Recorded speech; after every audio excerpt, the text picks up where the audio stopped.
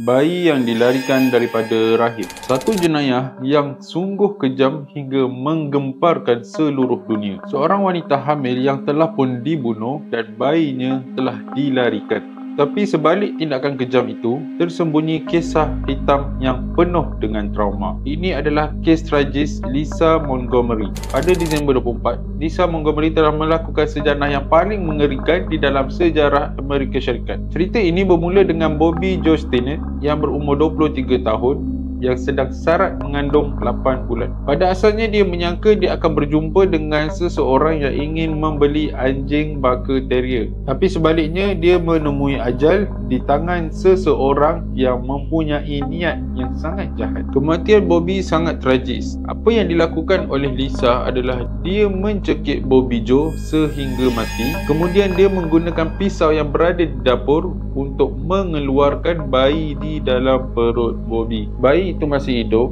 dan Lisa cuba untuk menyamar menjadikan bayi yang diambil itu sebagai anak kandungnya sendiri. Namun akhirnya dia berjaya diberkas oleh pihak polis keesokan harinya. Tapi persoalannya sekarang, Kenapa Lisa sanggup melakukan jenayah sekejam itu? Apa yang mendorong Lisa untuk membuat sedemikian? Kehidupan Lisa penuh dengan penderitaan. Dia didera secara seksual oleh bapa tirinya sendiri selama bertahun-tahun dan ibunya membiarkan perkara itu berlaku. Trauma ini meninggalkan kesan yang mendalam sehinggakan Lisa itu menghadapi penyakit mental yang sangat serius. Penyakit yang dihadapinya seperti bipolar dan pseudopsychosis. Penyakit ini di mana apabila seseorang itu percaya bahawa dia sedang hamil walaupun tidak. Pada 2007, Lisa dijatuhkan hukuman mati kerana penculikan sehingga menyebabkan kematian. Namun hukuman ini mencetuskan kontroversi yang sangat besar.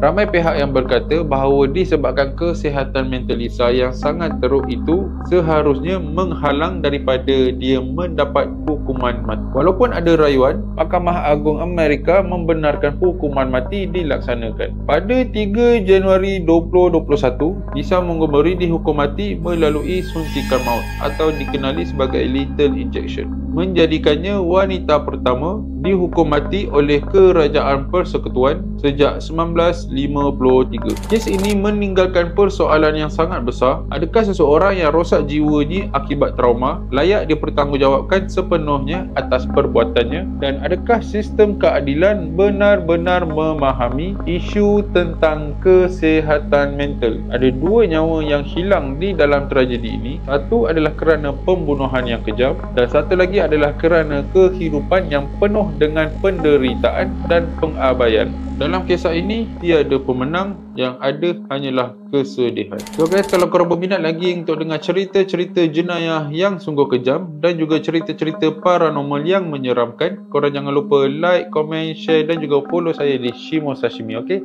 Assalamualaikum.